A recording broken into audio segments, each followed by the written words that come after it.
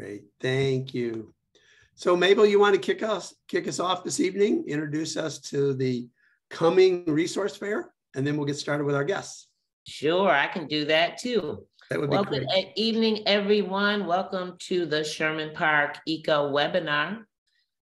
We have a fantastic topic for tonight. We want to make sure you're growing your grass properly, and it's your green grass in front of your home. That's the grass we're talking about tonight. But I wanted to make sure that all of you knew about the Housing Resource Fair that's coming up on Saturday, March 25th. It will be hosted at the Mary Ryan Boys and Girls Club at 9 a.m. until 12 noon. We hope that you all will join us. We have about 27 different vendors coming. There will be estate planning workshops, also renters' right workshops, first-time home buying, credit counseling. There'll be folks from our Eco Ambassador team from Sherman Park also at this event. You can come get a rain barrel, sign up to get your trees maintained, lots going on. So everything for your home will be at this event. Again, it's the Sherman Park Annual Housing Resource Fair on Saturday, March 25th from 9 a.m. to 12 noon at the Mary Ryan Boys and Girls Club, 3000 North Sherman Boulevard, right in our beloved Sherman Park. So with all that being said, I would like to introduce Mr. Steve O'Connell and also Tim Perkins, who have been our troopers working with our environmental collaboration work in Sherman Park. And so Steve or Tim, if you want to kick it off from here and introduce our wonderful guest. I will take the lead. Even though it's March Madness, we're looking to April and beyond. And what we want to do this evening is we want to talk about our yards and the importance of the yard, the maintenance of the yard and that type of thing. And then we're going to scoot over to looking at how basically to keep the water out of the sewer system, how to manage the water, the overrun in your yard. Jay Fiker is with us this evening. He comes over from MMSD, and he is going to begin the discussion with us looking at our yards. And then Ethan comes over from Clean Wisconsin, and we're going to talk about rain barrels and how to manage the water in our yards and how to keep the excess water in our yard and not in the sewer system. So Jay, why don't you kick us off this evening, if you'd be so kind. Yeah, that sounds great. Good evening, everybody. Glad to be here. I'm Jay Fiker from MMSD, as Steve introduced me. I work in the sustainability department here, and I work with residents throughout the Milwaukee area, kind of educating them and telling them about different resources to help manage water on their property. And so I'm going to get started here and just make sure that you can all see my presentation. Can, I guess, second here. Make sure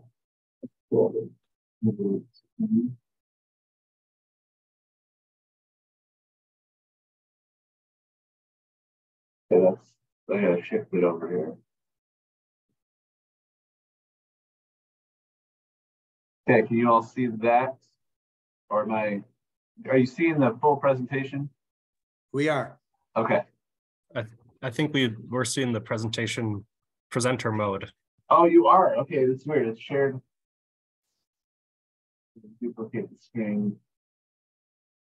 That over. Now you can see it, Ethan? Oh, what the heck? We lost you. That's weird. Of course, it worked in the... That worked when we practiced. It worked when we practiced. I'm having a few issues with just the internet for some reason, unusual. Okay, let me try this again. I'm going to share my screen.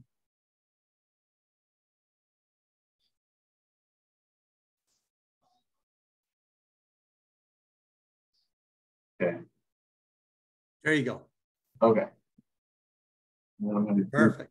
I'm going to duplicate just to be sure. Okay, you can see that now? Yep. Okay. Yeah, so this is a presentation that focuses on basically looking at your home and yard and ways to manage water in your property.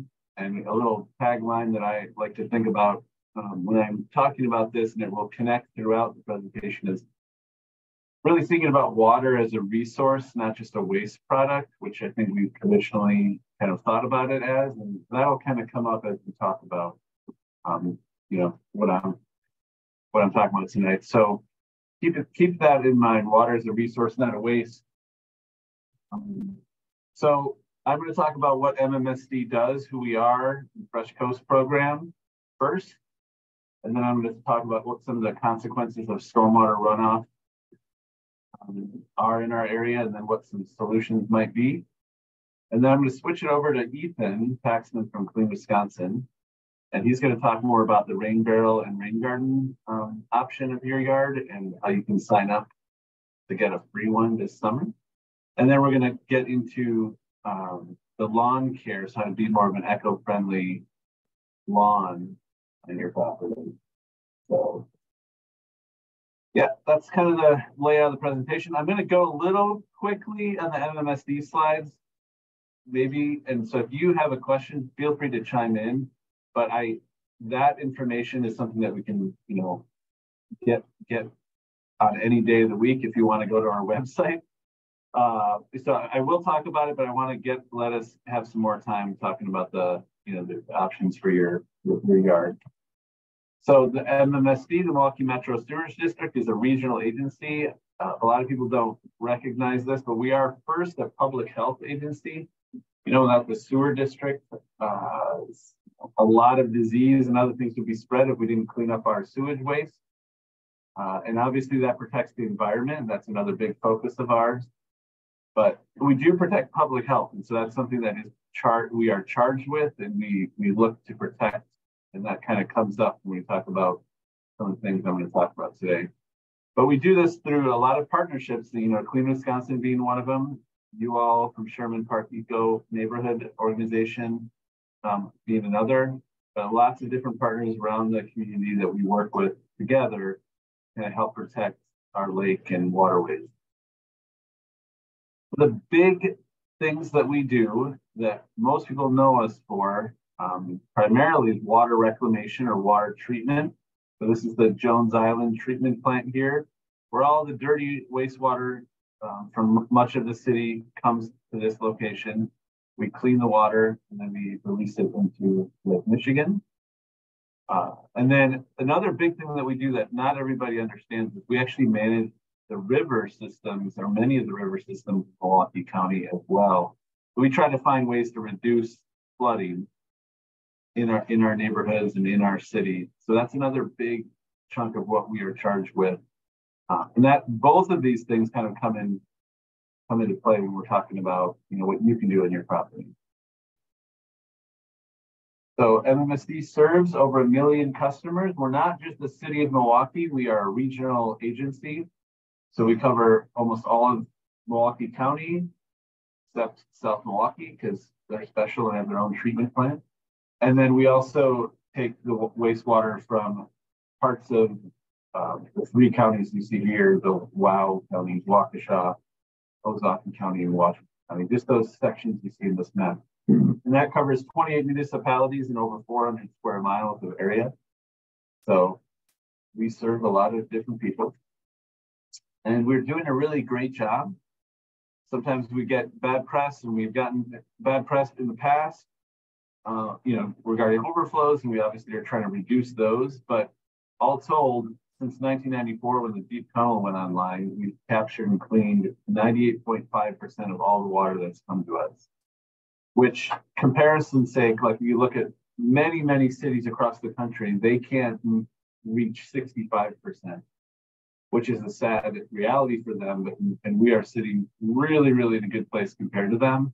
But we still want to do better and want to get up to 100%. And that's partly why I'm here today, because you can be part of that solution. So just to provide a little bit more context, in our area, about 34 inches of precipitation falls each year, and that we've seen going up in the last decade or so due to climate change and whatnot. bigger storms, more precipitation. And so this is just a quick discussion about where does that water and snow melt go. So looking on the left here, you see that before Milwaukee was developed in a more natural ground cover, like let's say a park or a forest, most of that water went either down into the ground and soaked into the ground, or it evaporated off the leaves of the trees or off the grass up into the atmosphere. And then just a small portion went sideways, or what they call runoff. So when you see water going sideways, that's stormwater runoff, is what we call that. And so in the natural cover, it's really a small fraction of that, 1/10 of that water that falls.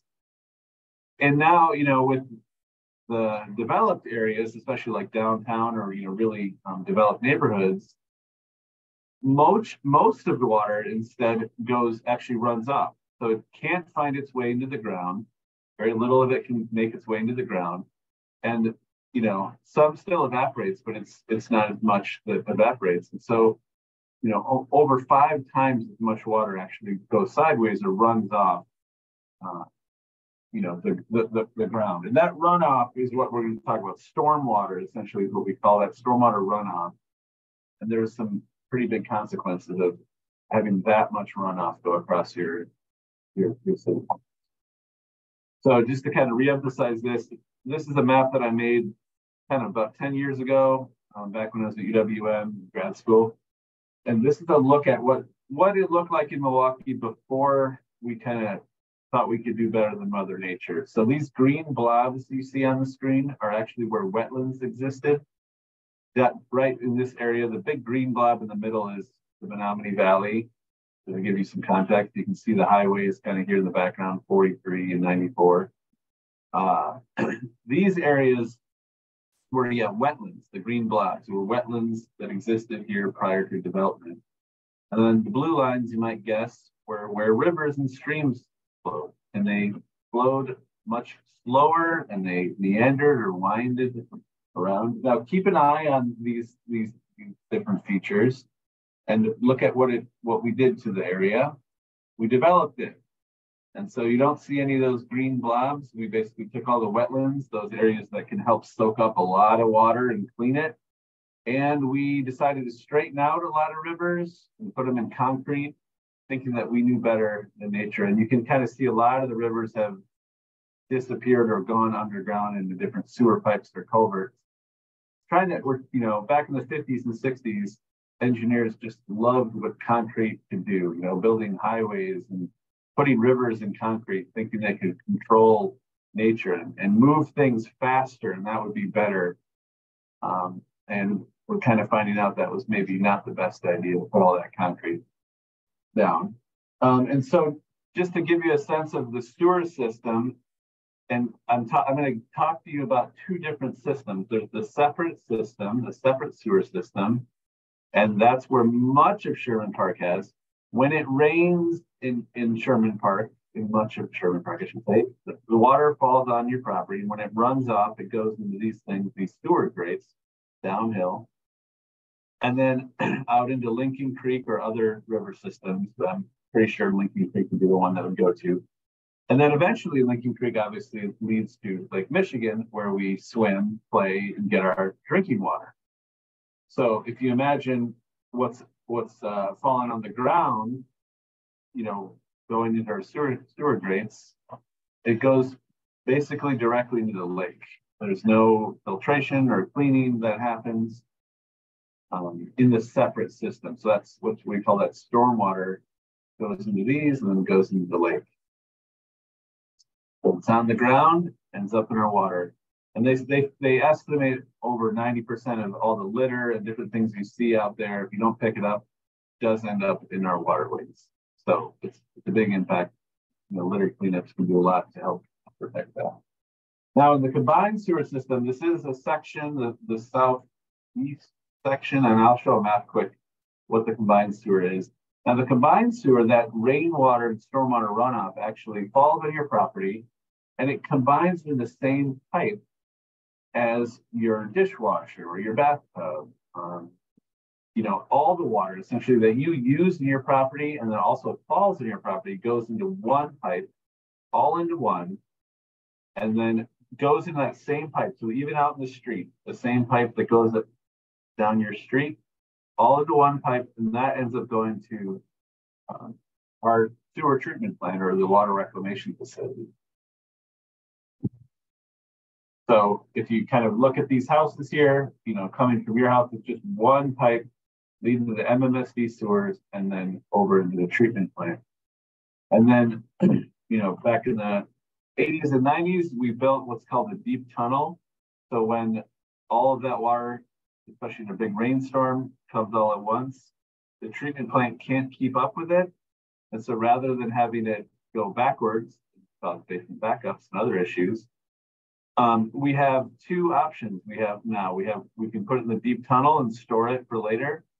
And then when that gets filled up, actually, that's what I mean. Once this gets filled up, we have two options. We can either overflow into the lake, or we can let it fill up our sewer system and have backups, which is by far a worse option.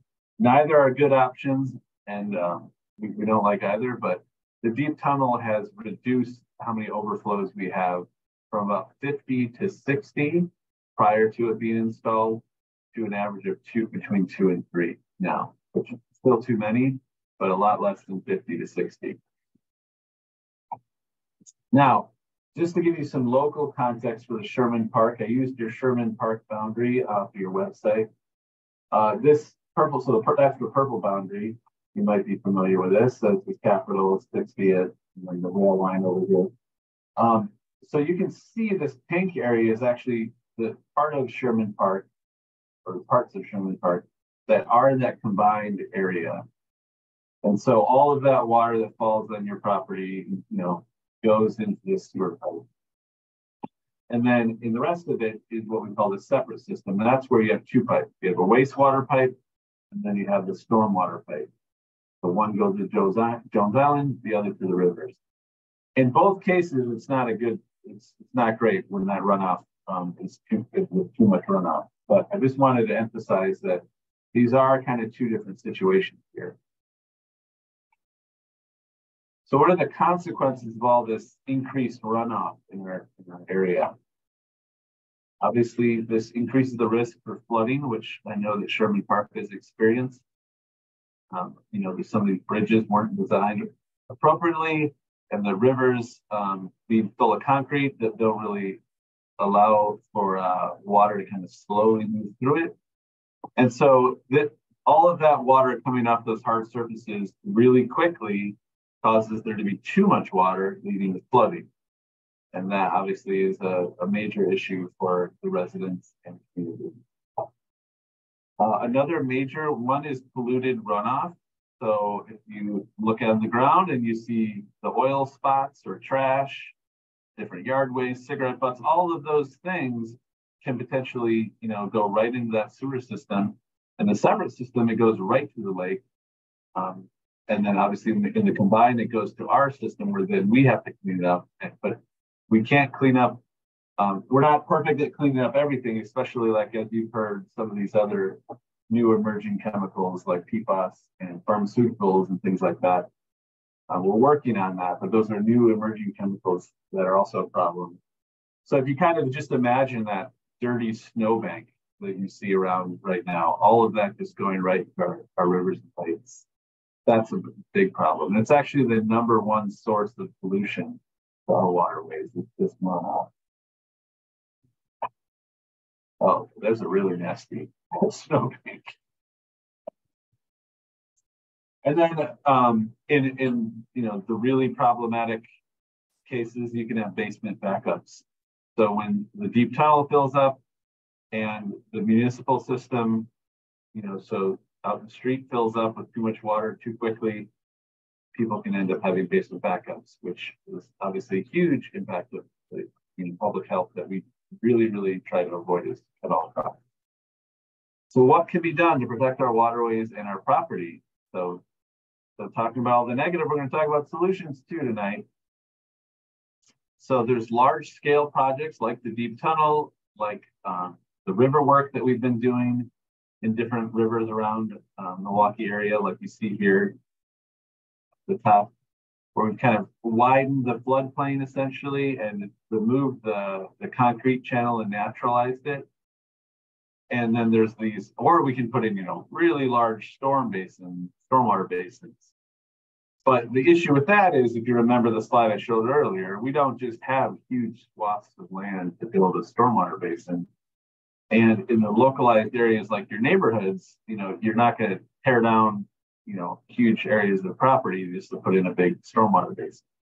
So we can't always just do large projects. So we can also do small scale projects on our property and residential projects. And that's kind of what we're going to talk about today. And these small scale projects do their part to help reduce that runoff, slow down the water, using that water as that resource instead of just a waste. So just running that water off your property. Finding a way to use it on your property helps, kind of protect your home and your neighborhood from flooding, and also protects the lake. So lots of good things about that. Now, the first thing you should do, and this is one thing I just want to emphasize, is that it's not all out in your yard. You also can protect, you should be looking in the inside of your home. We're not going to cover too much of that today, but there's a whole host of options out there. So you want to kind of do an audit of your home, both inside and out. And, I even do things like when it's a heavy rain and not lightning, but a heavy rain, I'll put on a raincoat and an umbrella and kind of walk outside and look at where the water is flowing around my property, just to get a better sense of where some issues might be. Is the grading around my house not the right pitch, where it's pitched, maybe the sidewalk around your house might be pitched towards your house. Well, that's not good. Any areas of ponding, you want to really try to eliminate. So you want to kind of do that kind of audit in your house to kind of help reduce the risk of basement backups and the water getting through your windows or other things, foundation, clean out your gutters. So there's a lot of different things you can do. We have resources on our website to kind of cover some of those. But just a quick talk about your sewer lateral. Obviously, this differs in the combined versus the separate, but everybody has a lateral, a waste lateral, sanitary sewer lateral that you own, going from your house out to the street. And the only difference is, in some cases, it goes into one pipe, all one pipe, combining that stormwater. But in most of Sherman Park, you have a separate waste lateral that goes into the street. So this is owned by you, and that is something that can get clogged, can get root damage, and can cause lots of issues, and actually is normally, or the most common source of a basement backup is this being clogged, and having that water go back into your house. So some things to do to help maintain your lateral and not cause issues: never pour grease or oils down your drain. That's a very, very common way that pipes can get clogged. Only flush the 3 Ps. You might have seen this billboard out there, only poop, pee, and paper. And flushable wipes are not flushable. Do not flush those down your toilet. We're really working hard to get those companies to stop calling them flushable because they clog pipes. I don't know how they get away with calling them that. And then some things to keep an eye on, if you get basement backups, through your floor drain, or if you have debris around your floor drain after a heavy rain, and then, if you have toilets that are kind of slow running during a rainstorm, and if you just have a home that's over, 1970, which probably many of you do, it might be time to kind of at least consider getting your lateral checked out. And so we have a newer program called the Pipe Check program. I do not run this, but I work with people that do. So if you've experienced a sewer backup or you have trouble with water in your basement, there are financial incentives to help kind of do some of those sewer repairs or other things to help reduce the risk of basement backups. I've actually had this done because I did have basement backups in my property. It was a really good program. They came in, replaced my lateral in one day, and left. I wish I would, No, I wish that the financial incentives existed as they do now. I wasn't unfortunately part of that, but I think it's a really great opportunity, and we have this link here to check out the process in more depth. So I just wanted to cover this because if your sewer pipe is in trouble, all of these other things we're talking about don't quite matter as much. You got to have your sewer lateral in good shape before you would do, some of these other things like rain gardens and whatnot, things that you're going to really cause or improve things in your property if you have bad backup. So it's a new program. I recommend checking it out. We have a really great team here working on it. So I'm just going to shift over to Ethan now. He's going to talk about some of those other small scale projects you can do. So I'm going to stop sharing here and pass it over to you. But I guess before I do, maybe are there any quick questions about that first part that I talked about? Yeah, I got a question. Yeah.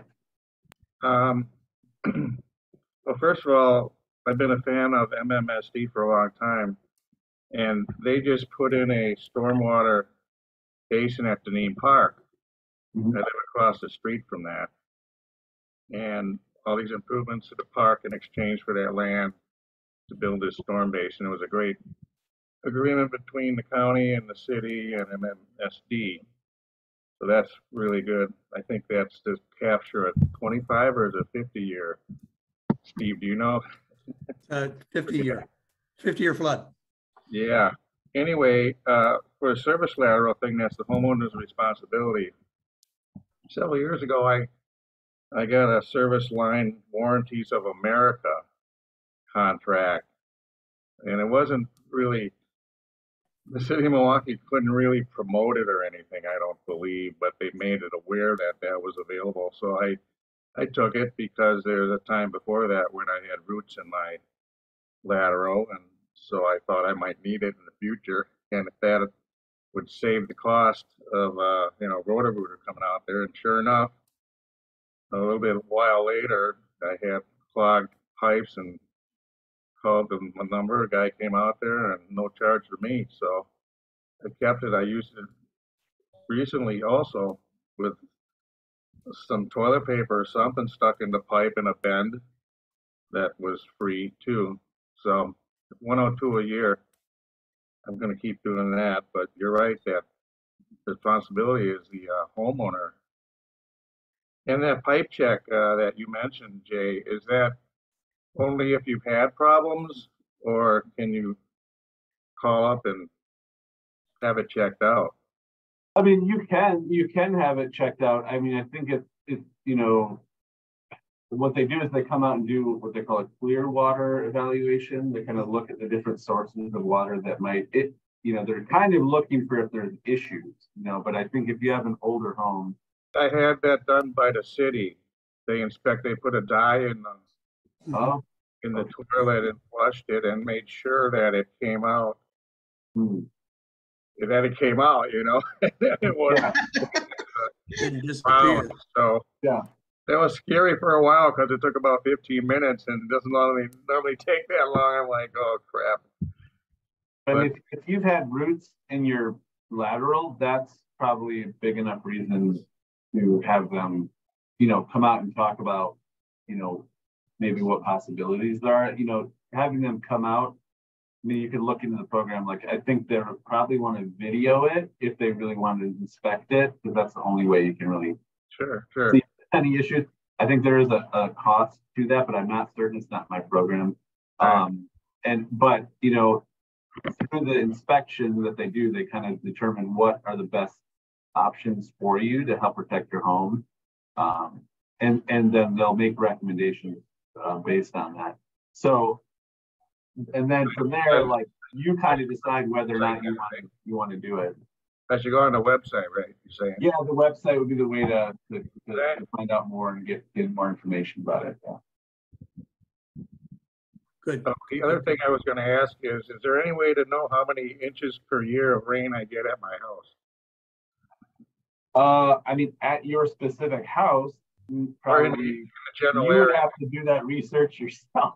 I know, how do you do it? I'm thinking, I got this rain garden that's 212 square feet, and I'm wondering how many inches is that a year, Yeah, well, so you would, I mean, we have rain gauges throughout the city that we partner with, and there is a way to, like, maybe you can find the one that's closest to your house, and you can get the data from our website, like for that, those rain gauges nearest your house. It's Oh, it's on our website, like the different rain gauges, and you can put in the span of a year. sure, But very nice. yeah, so I think that's the way to figure out how many inches fell in your neighborhood, and then from there you could probably estimate how many gallons maybe a rain garden is. Thank you. And Brian, the other issue is over by us, we have those springs in our yards and along the streets. So that's where a lot of that water comes from for your rain garden also. So there's a natural water coming up from below these springs. And remember, the biggest spring is right there in Dunedin. And that's where it all starts. That's so on just the keep that in the back of your mind. southeast corner, right? Isn't it? Yeah. Yep. I have Vi's house, I believe. Yeah. I think she can hear it running underneath her house.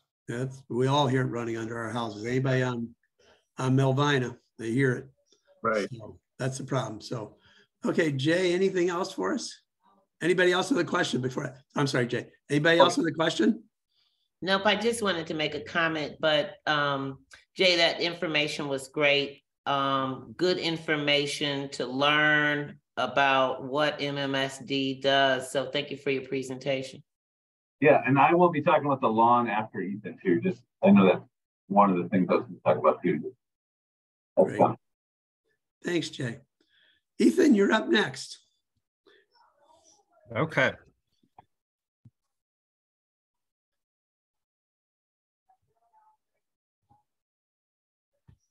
Can everyone see my title slide? Okay. Very good. Well, yeah, first things first, I wanted to say good evening and thanks for having me. I appreciate the opportunity to come and present as a speaker on the webinar tonight. I am Ethan Taxman. I'm the Green Infrastructure Manager with Clean Wisconsin. And let's jump into the presentation. A little bit of background about our organization. Clean Wisconsin has been around since the 1970s. We seek to protect and preserve Wisconsin's resources, natural heritage, and address climate change and environmental justice. And we have a legal team, we have policy expertise, and a water team and energy team, and we do a lot of work around the state on different campaigns. So our work in Milwaukee that I'm most involved on is the community outreach work. We do small scale green infrastructure installations. So things like rain barrels and rain gardens.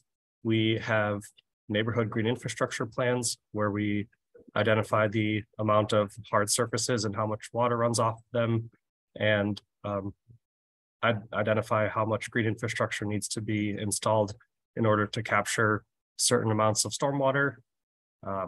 We host and participate in workshops like this one, and we do science-based research. Our director of science has done some really compelling studies on the urban heat island effect in Milwaukee, among other things like stormwater modeling and identifying runoff quantities and things of that nature.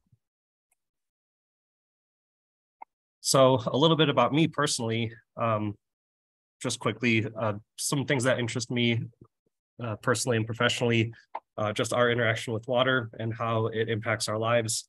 It's always been something that I'm kind of fascinated with. And another aspect of the work that I do that is satisfying to me both personally and professionally is building relationships in the community. And I've made a lot of really important friendships and partnerships. And finally, the intersection of science and policy, or how science can inform policy and decision-making, and also inform community action, is something that I'm really interested in. So a little bit about the importance of community outreach. There's many, many reasons for why community outreach is so important. But to me, the most important aspects of community outreach are providing opportunities to engage residents and the general public on important topics, creating meaningful and lasting relationships, and making a positive impact in our community. And you might recognize some of the people in these photographs.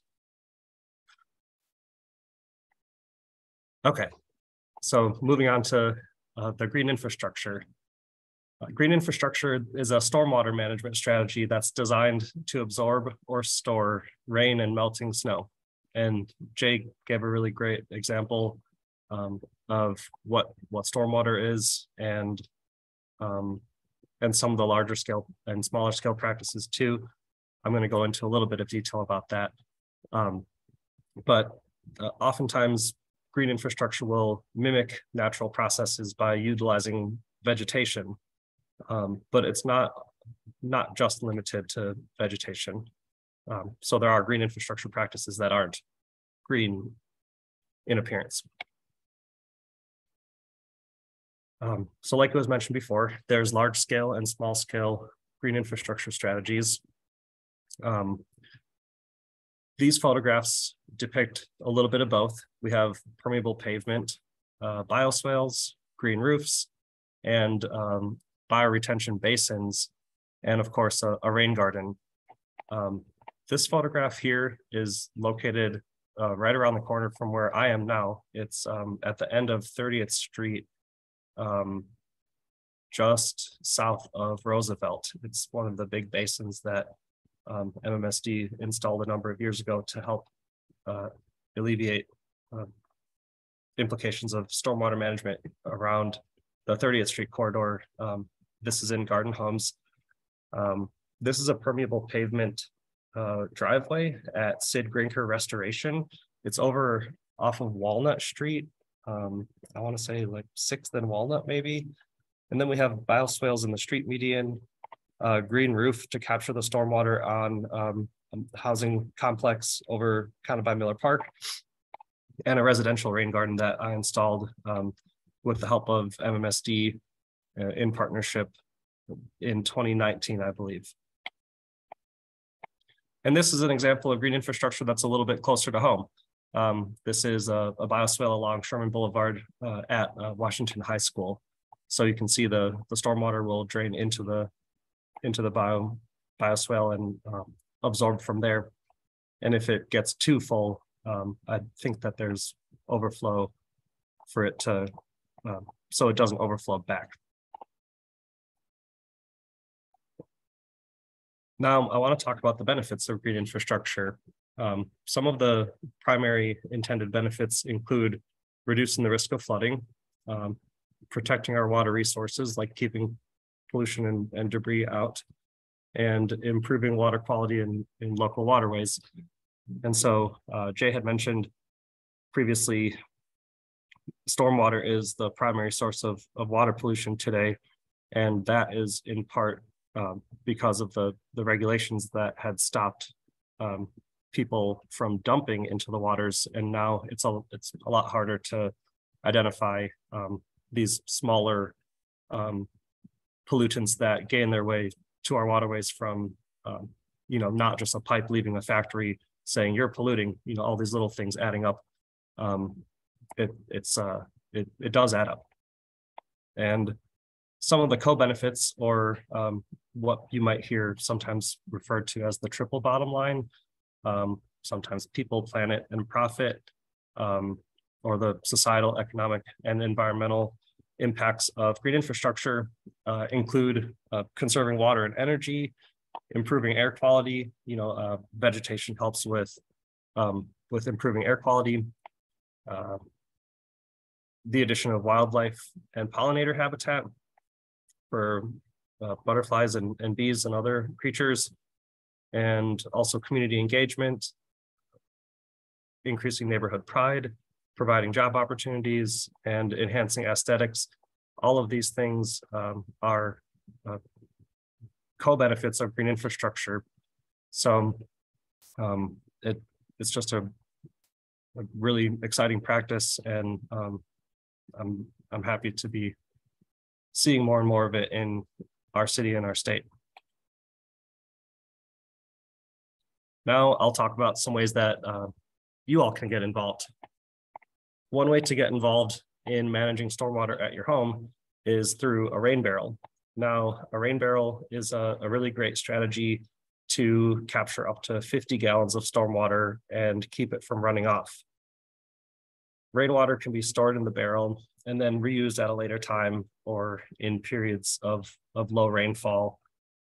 So not only does it manage some stormwater near your property, but it also serves as a conservation strategy. You're not utilizing the municipal water supply that you have made available at your house. You're reusing natural water.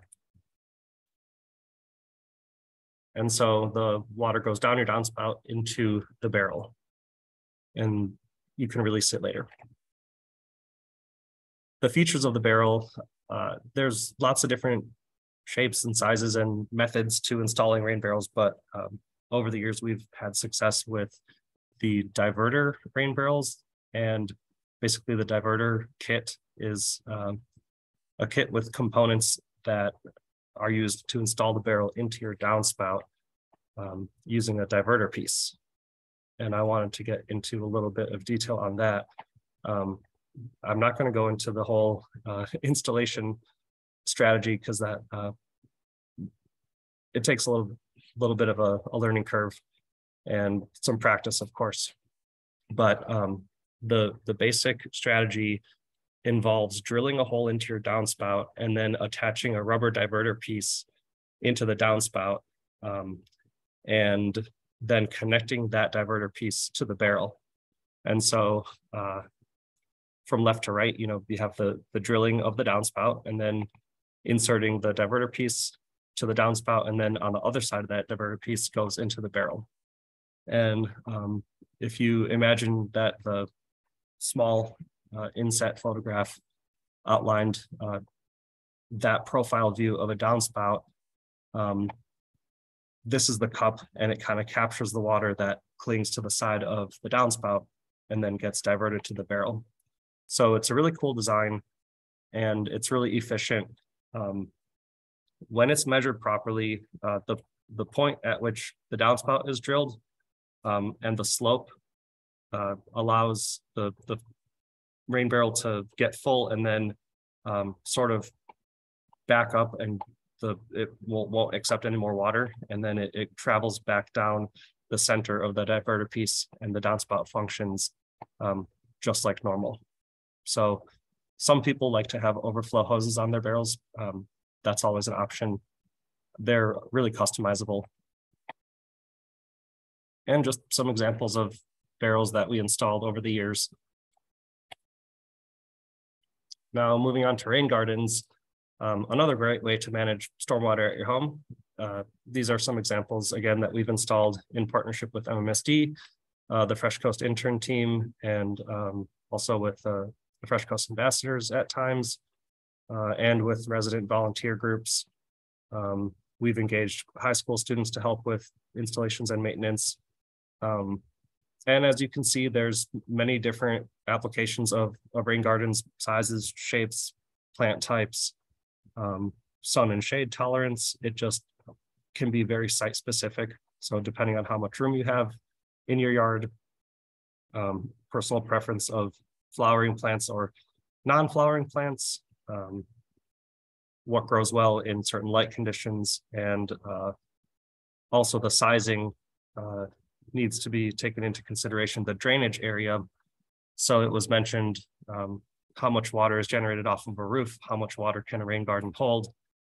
Those factors all need to be considered when you're designing and installing a rain garden.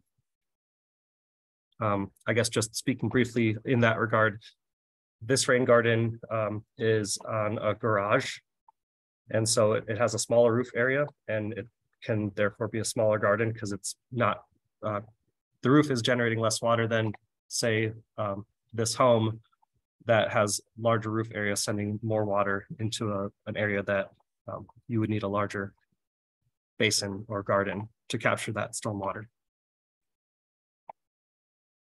And then, I don't know, I just really like this rain garden. We'd installed it in 2019, and the Thomas family really takes excellent care of it. And it's just fun to see the gardens over the years.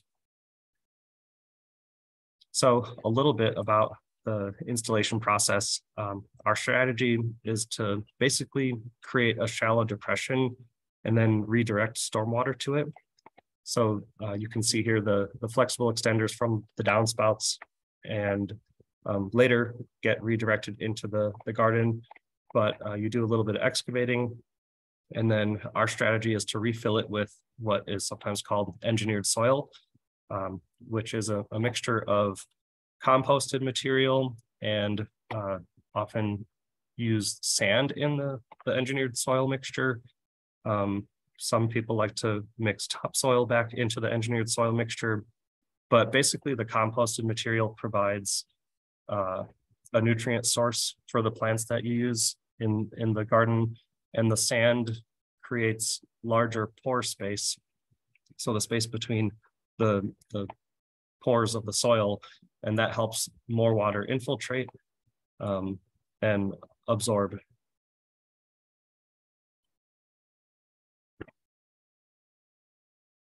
Just an example of the same rain garden over 2 growing seasons. On the left is right after it was installed in 2019, and on the right is a full year, maybe a year and a half of growing season to the rain garden, and it really took off.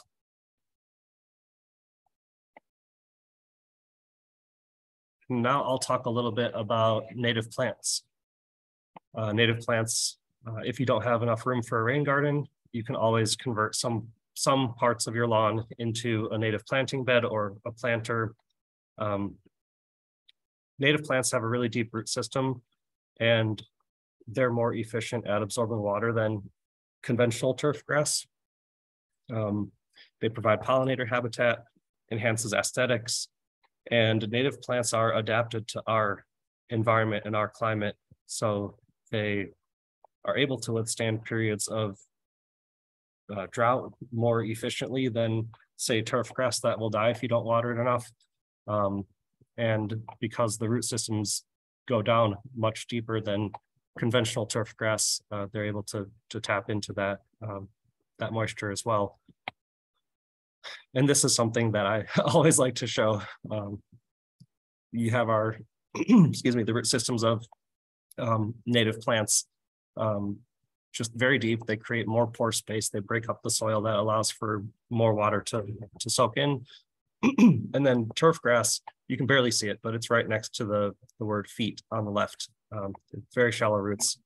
Now, I mean, I guess, yeah, it'll still absorb water, but not nearly as much as the native plant roots will.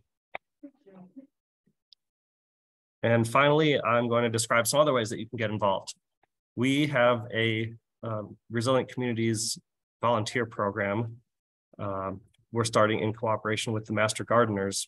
If you want to volunteer, there's 2 options. The Education and Outreach Working Group, which is a virtual collaborative that meets, I want to say, bi-weekly. And part of that is to develop materials about rain barrels, rain gardens, and environmental justice. And the other volunteer opportunity is to assist me and our project team with on-the-ground installation. And so just a reminder, you don't need to be a master gardener to assist with us. Anyone's welcome to join. It's just that we are coordinating with master gardeners because many times they need continuing volunteer hours to continue on with their credentials. Another way that you can get involved is to host a demonstration event. If you're interested in spreading the word to your community and neighbors, we could host a gathering at your home and kind of do an installation and have it be a demonstration event. Can be really fun, can make it however you want. It could be a gathering with food. It could be more formal, however whatever you prefer. But these demonstration events are a really great way to kind of show people what it takes to do an installation and to see it firsthand, not just hear about it or see a presentation, things like that. And finally, sorry, there's 2 more slides. We have an internship opportunity. We are looking for young adults, or any adults rather, 18 years and over, to assist in our summer green infrastructure outreach and installation work. Some of the tasks will be things like helping me conduct neighborhood outreach and design and install small-scale green infrastructure, event planning, coming to events and participating in the outreach, and also some administrative responsibilities and record keeping and things of that nature. So we're still taking applications. I know on this flyer there's a deadline listed, but or maybe there's not. There was one, but we'll have rolling deadlines. We're keeping this open for a little bit. And then anybody who wants a rain barrel, if you're a resident of Sherman Park, you're more than welcome to contact me and sign up for a free barrel. And if you want to learn more about how to get a rain garden, I'd be happy to talk about that too. But for now, if you want to email me or call or text this phone number listed here to get a barrel, I would encourage you to do that. Like if I had a few minutes out here and put them away, I punched that thing off. And that's it. Of the time. You never. Thank you. Okay. Whoever's on, Please mute. yeah, Norm Hansen. Oh, Norm, do you have a question? Oh, there you go. There we go. Okay, questions? So Ethan, how old do you have to be to participate in the internship program? We are just looking for someone who's 18 years or older. And I'm assuming that's a paid internship, Ethan? Yeah, really good question. We are providing $14 an hour. Good. Question about the rain gardens. Is it important that the spot get a fair amount of sun, or is shade okay? If it's like half shade, half sun, depending on the day or where the sun is. I gotcha. Yeah, I mean, we've installed gardens in somewhat shady areas and they seem to do fine. I think it's just important to select plants that can tolerate less sun. If you plant a full sun perennial in a shady spot, it might not do as well as something that can tolerate less sunlight. My rain garden, it has 115 plants, and it's pretty much half and half. Sun depends on the time of year too, that it might get more or less sun. But you know, I didn't really plant these with any real indication of where the sun was. I just planted them, and stuff grew really good. I planted it in 2021, the summer, and there wasn't a lot of growth that year, but then a winter and then this past year just bloomed like you wouldn't believe. Just like the photos that you had, Ethan. My rain garden looks pretty much like that.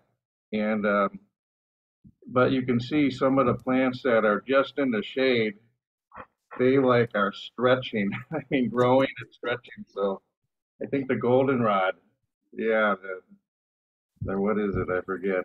But yeah, it gets kind of tall and it just stretched. So several plants are like that, but you know, it's just nature. Shows you how important the sun is, Brian. Yeah. So Ethan, if we were to plan, say, on a block to do a demonstration, could you also give people some tips on where they could put a rain garden and where they could put rain barrels? You know, if you organized on your block and you said, oh, you know, come on, Ethan's going to come and do a demonstration at so-and-so's house.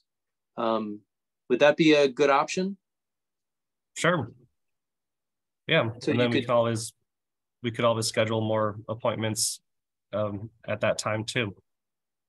Or are you thinking it would be like a little walking tour and go around and do something on the spot? Actually, I was thinking maybe a combination of the two. Yeah, I'm definitely open to that. Great. Well, and there's efficiencies too. If you plan it out, a few rain gardens in the same block, if we're going to come out and install 3, you know, you can deliver soil to just one location, or, you know, and share. I mean, so that'd be fun. You could create a pollinator pathway, you know, like kind of more habitat connected. Create your own little green block. It'd be fun. That's great. That's a great idea. I might need properties at Bethel Bethany Church, 54th and Locust, and that'd be nice to have somebody look at our property. You know, we have the duplex next door also, and then the church property. You know, that'd be nice if we could arrange that. I'd be able to meet somebody there. Yeah, good. See what's Bernadette, Should definitely chat. Bernadette, you wanted to chime in? Yeah, I put it in the chat too, but Ethan did a super job of putting in my marine barrel and even double checked when I had to, I lost the diverter piece, but then I found it, Ethan, I don't know if you remember that.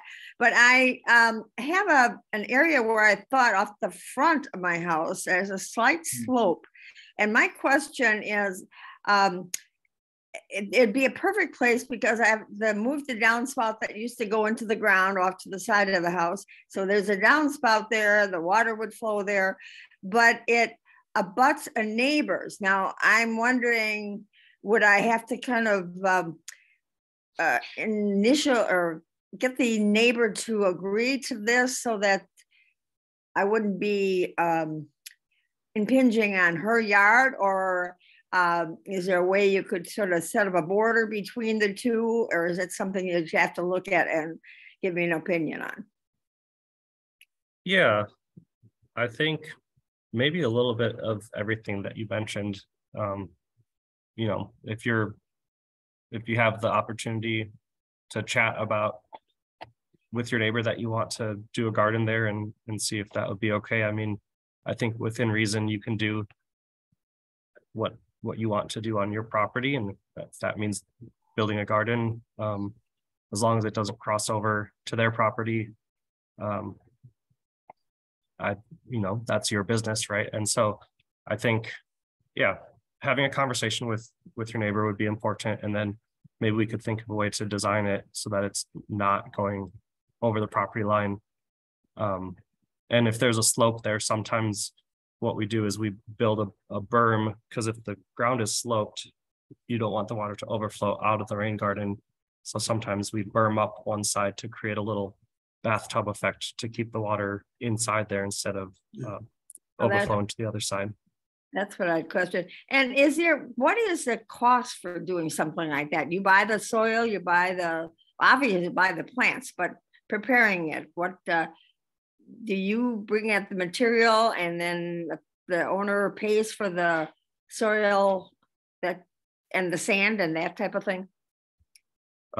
Good question. Actually, all of the installations that I described are paid for through our partnerships. MMSD is one of our community partners, and so all of the materials and the installation, the workforce, it's all been paid for already. Oh, that's great. That's fantastic. So we just, excuse me, that's wonderful. We just have to get the word out about it. Yeah. Connect people with the program. Excuse me, Bernadette. Okay, no, that's it. Thanks. Those were my questions. Thanks a lot, Tim. And thanks, Ethan. Appreciate this. Of course. Nice to hear from you again. And yeah, have that conversation with your neighbor. Yeah, and I just to be respectful of time, I was gonna say, Jay, we gotta get you on here. Yeah, I think I should probably talk about the lawn. And Thanks, if you Ethan. have other questions, I would definitely recommend contacting Ethan via email or phone call, or you could always contact us. Ethan and I talk on a very regular basis. So even if you accidentally email me and it's a question for Ethan or vice versa, we'll be in touch. So just quickly, I'm going to share my screen back. I do want to give you a little bit of a caveat. We were trying to get our actual sort of lawn expert to come, but she had like a hockey tournament or something for her kids. I don't remember. But she could be available in the future if you want to like dive deeper into some of this information that I'm going to kind of do my best to share. But yeah, I don't want to kind of give you the impression that I'm some sort of expert on this topic of lawn. Ethan and I are probably bigger fans of these two things, rain grills and rain gardens, because they do a lot more to help protect our water. But a lawn, obviously is something that, we still have a use for, and they can, have a nice aesthetic look, and people really are in love with it in our country. We're trying to kind of, though, shift to more of an eco-friendly lawn, and that's what I'm going to talk about now. And I'm going to talk about sort of the basics of it. There's a lot of information out there about lawn care and eco-friendly lawn care, and I can share some resources with you. Can everybody see my screen? Yep, you're good, Jay. Okay, so this is kind of what I'm talking about. I'm talking about the mowing, how you should mow, some different things to make your lawn healthier, including aeration and dethatching, and then top dressing it with compost and just some good watering habits, and then fertilization and weed control. But there's a lot to talk about. I'm going to cover what I can in the short time. So when it comes to mowing your lawn, there's a rule called the 1/3 rule. Make sure you have sharp mower blades. And when you look at the length of your lawn before you cut it, you don't want to cut off more than 1/3 of the grass at a time, the blades of grass. Because when you cut it short like that, you're then weakening the plant and allowing the weeds to sort of outcompete it. So the most typical grasses that we have they thrive best between 2.5 and 3.5 inches tall. And this might mean that you cut more often and just don't cut quite as short. And there's a lot of reasons to do this, one of which it soaks up more water, makes healthier grass, outcompetes the weeds. So those deeper roots you really want to have. And then you want to mulch your grass clippings right onto your lawn itself. That's basically free, nutrients for your lawn. You don't want to have that thrown away or composted somewhere else. You want to keep that right on your lawn when you mow. So, instead of bagging it, just put it right there. And then if you have some clippings on the sidewalk and whatnot, you can sweep those up if you want. Now, this is a new thing that just passed. You guys might have heard of the No Mow May initiative that's been kind of spreading throughout the world, really. It started in England, and then actually the city of Appleton was a big proponent of this. And the city of Milwaukee, I was actually working in partnership with a lot of different organizations to help the city of Milwaukee, or not pressure, but sort of encourage them to pass an ordinance. So the city of Milwaukee just passed a new ordinance allowing you to let your lawn go for the month of May. And there's a lot of good reasons to do this, and I'll kind of talk about those. They're rolling out a website very soon where you register your property so that you avoid any tickets for lawn grass, which is an ordinance that exists currently. And for good reason, you don't want people growing their lawn too long and looking like an eyesore. But they were just asked that you don't mow in the month of May, or don't mow as often. And the reason for this is that in this early spring, which is what May would be included in our climate, not many flowers really are blooming in our area. And when those pollinators first emerge from the winter, they're looking for food. And so if you allow your grass to grow a little longer, they actually have flowers, or they have, you might have a little clover in your lawn. And those flowers can be a really important resource for those early pollinators to help survive through that early spring fall. This is really focused on pollinators, which is not our primary focus, but it also does some good that helps soak up water. And then some other things along the lines of no mow are just wait to do your spring cleanup. So instead of chopping down, your dead grasses or your dead bushes too early, you want to wait at least, where it's been consistently warm over 50 degrees for 5 days, because many pollinators actually overwinter within those tall stalks of grasses and other plants. And then obviously avoiding using chemicals like herbicides and insecticides, because those kill the pollinators. And of course, like Ethan mentioned, plant more natives, which you can do through our plant sale. Okay, now back to the lawn. Watering, you don't really need to overdo it. Lawns can handle, longer stretches. Really, they just need about 1 inch of water per week. So water deep and infrequently. So when you do water in the morning and kind of soak it, but then let it sit for that week. And then if you can, just let it go dormant. If you start watering it when it does get dry, it'll keep wanting more of that water and get kind of hooked on it. So if you let it go dormant, it'll bounce back once it starts to rain again. And that's more of a natural eco-friendly thing to do, obviously, not using water in a drought. Now, aeration is, where you rent a machine. You could also kind of do the more old school method of walking around with those spiky shoes. But the aeration I'm talking about is more so with the machine, where you kind of push it. You can rent those in a different landscaping center. And what this does is it really allows, for the soil to loosen up and let more oxygen and that water to get into the soil. Along those lines, another thing you can do periodically is dethatch.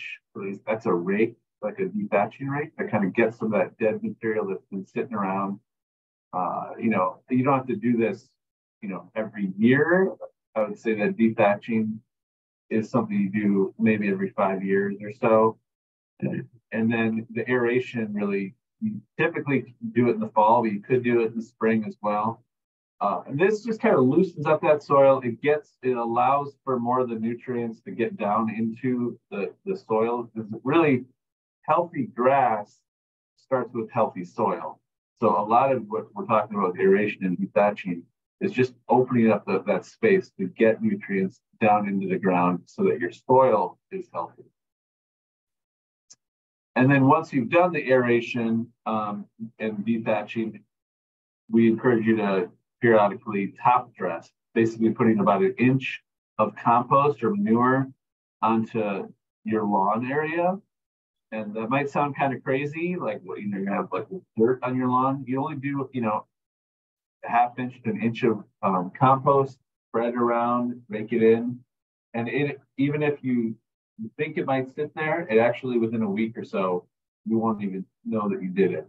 And that's sort of what that's doing, is encouraging, again, that water and oxygen to get down into the soil, creating more organic matter, which allows for deeper roots and more dense grass to kind of help out compete those weeds that we don't like, and help also let more water get down in there, which is another thing that we like. If you do want to fertilize, we obviously recommend Milorganite or other organic fertilizers that are slow release. So they're not the synthetic kind of fertilizers that, if you've ever seen somebody put on, those synthetic fertilizers, and they do too much of it, it'll burn the lawn.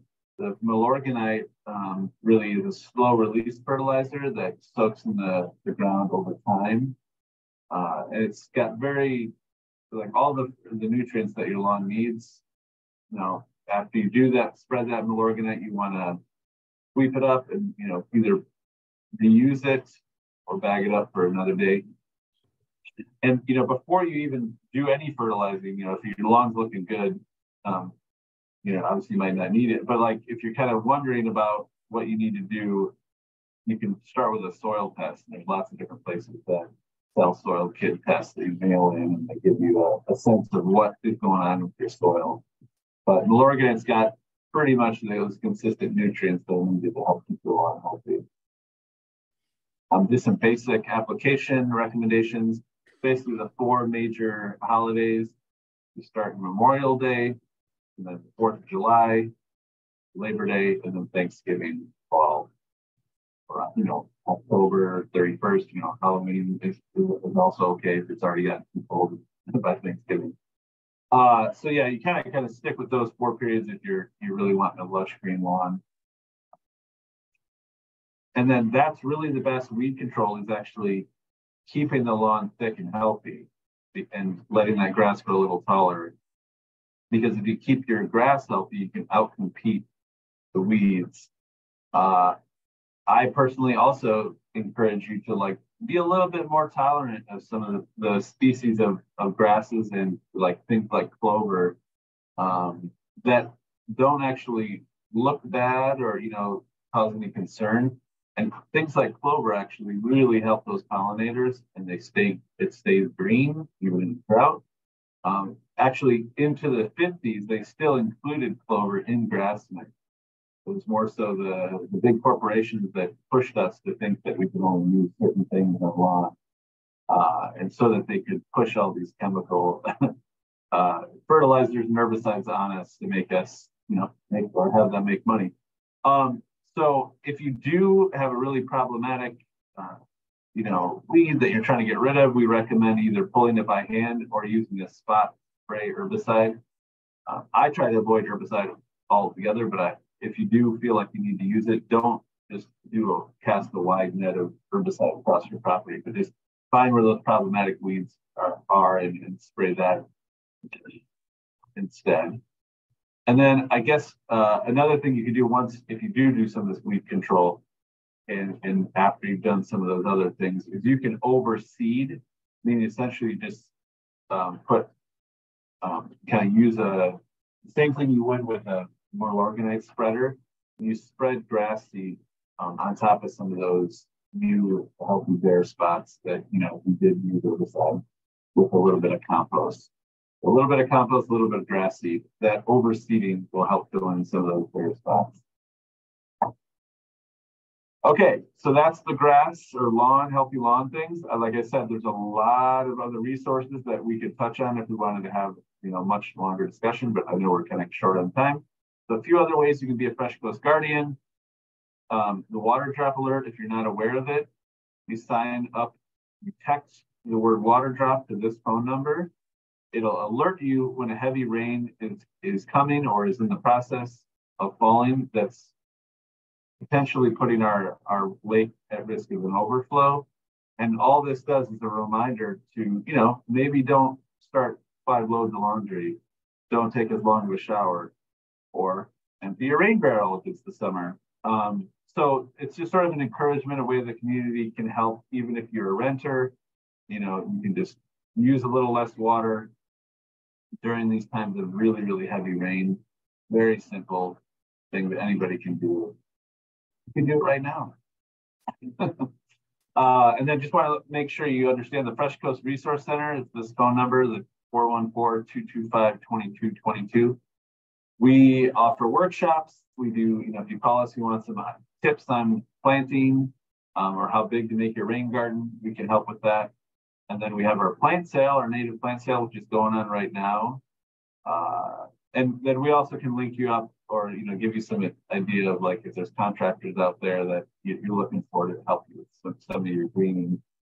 And then I'll put the plant sale in the chat and also email this group if you're not familiar with it. Another thing you can do to keep in the loop is follow us on social media. Fresh Coast Guardians have all of these things: LinkedIn, Instagram, Facebook.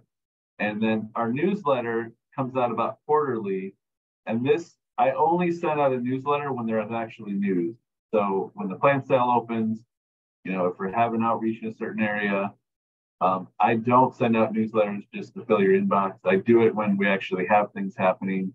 So this newsletter is on our website, and I would recommend doing that if you want to be the first to find out about when a rain barrel workshop is open.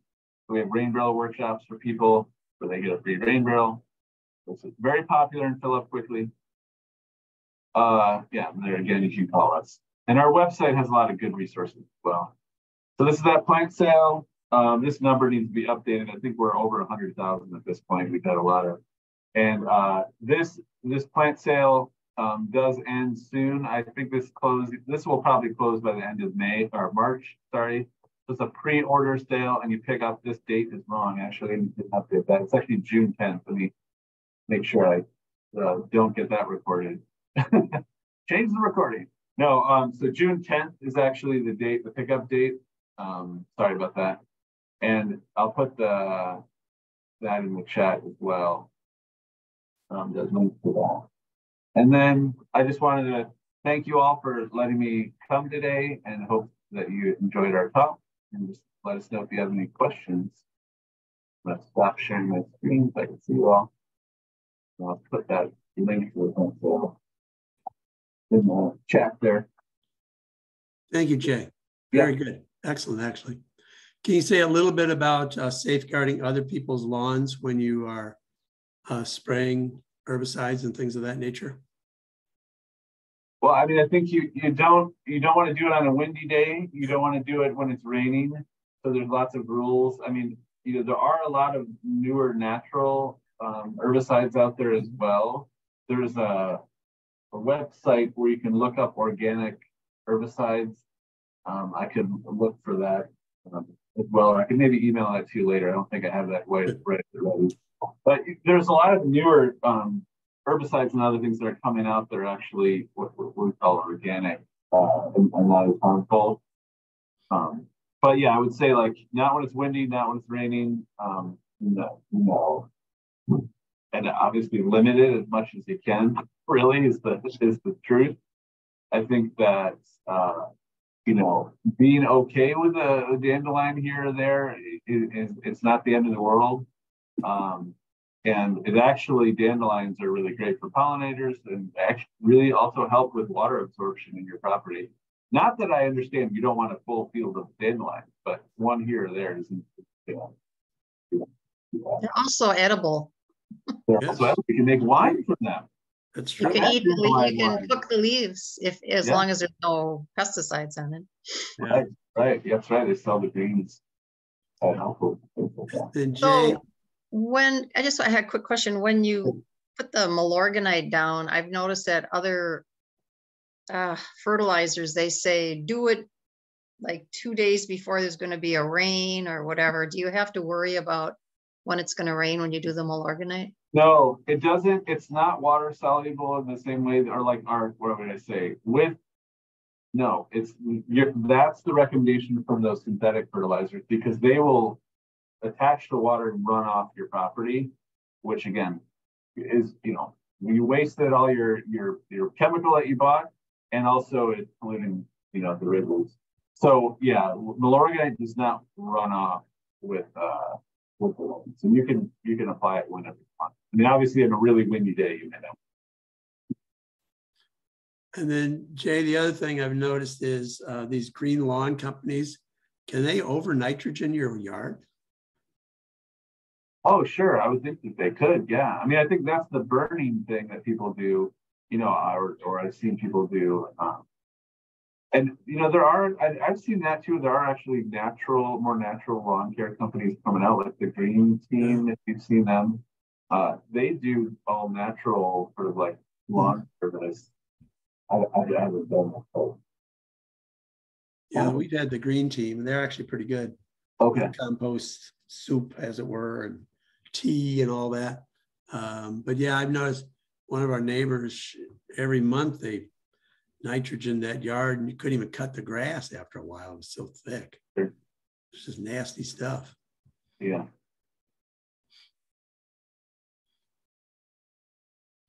Other questions? Lauren, you haven't said anything about your natural lawn. I guess I maybe have a question. Are there potentially any future plans for the city to have an organic waste pickup? Because I don't have a lawn and I do compost, but I generate a lot from my yard.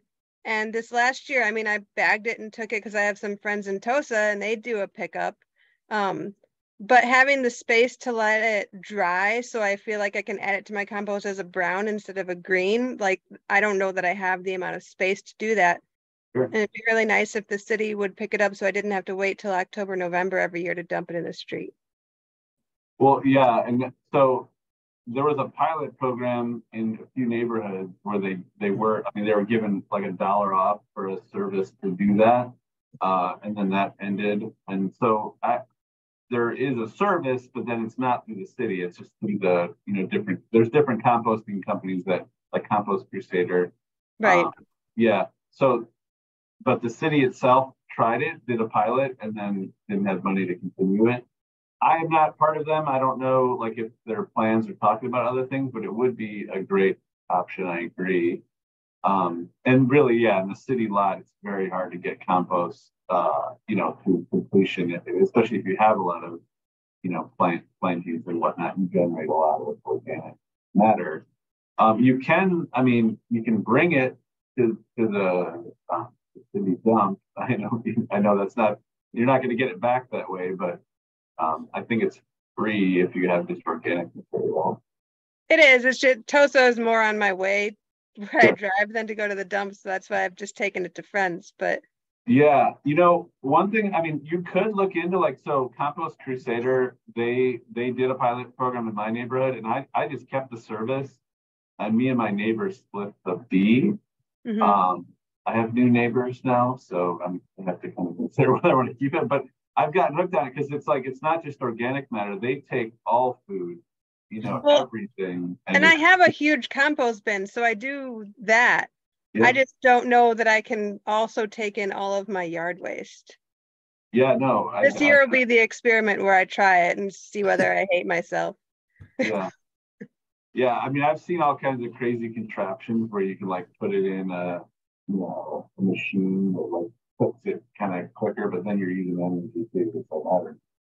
But yeah, no, I wish that the city did do it. And it's like a thing that other cities that they do. But I think the city of Milwaukee is quite strapped for cash. Adding a service like that is probably not on the too near of a horizon. Compost Crusader could be one that maybe even if one person on your block did it, or you right. did or something, maybe, I don't know.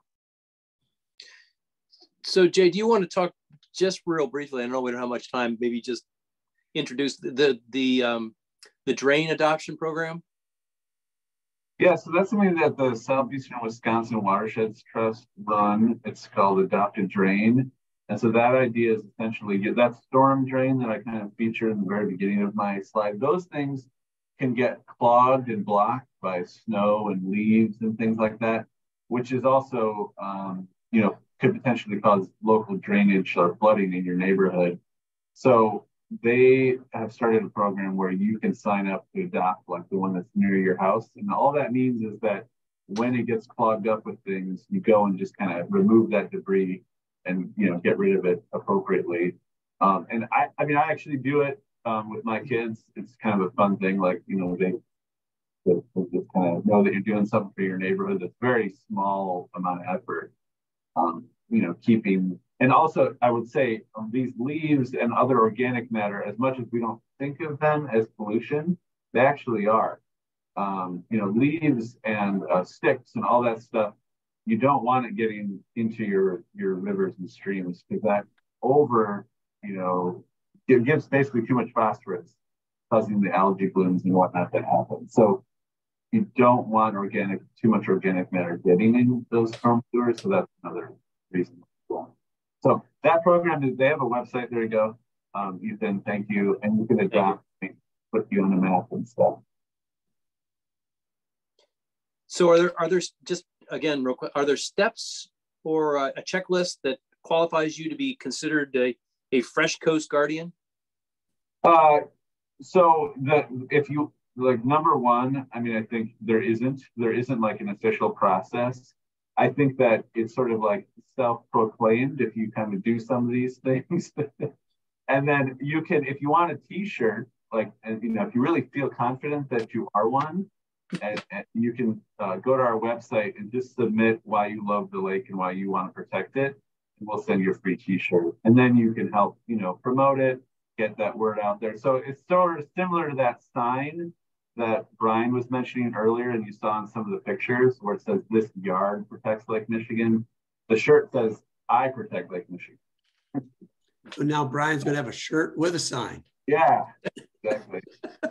And I mean, if you really wanted a sign, if you have a rain garden already and you want a sign, you can put that in the message too. Like, instead of a shirt, I want a sign. I have the shirt and the sign. Oh, yeah, we could do that. We could do that. Now you need a hat, Brian. Yeah, yeah. This has been great. Thank you so much. Yeah, thank you. Thanks to the two of you. Good job, guys. Yeah. Have a great evening, everybody. I mean, feel free Ms. to Mabel, you want to contact me. wrap us up? Absolutely. So again, I was taking some notes. Thank you again, Jay. Thank you again, Ethan. Steve O'Connell for hosting us tonight, and Tim being his wingman. So I appreciate your time, everyone. I hope this has been, again, a life learning experience for you, because we always learn throughout our life. So again, thank you for the presenters and the information you shared with us tonight. Don't forget about the Housing Resource Fair, which is on Saturday, March 25th at the Mary Ryan Boys and Girls Club from 9 a.m. to 12 p.m. All right, I think that's it. Thank you again for your time. You all have a wonderful evening and be safe. Thanks, everybody. Thank you. Thank you. Take care, everybody. Put third Thursdays on your calendar for SP Eco webinars. Trees next time. Trees next time. Don't forget. Trees and green neighbors. Yeah, Take green care. Neighbors. That's it. Blessings. Bye, guys. Bye, guys. Bye, everyone. Thanks, everybody. Ethan, be good there, brother.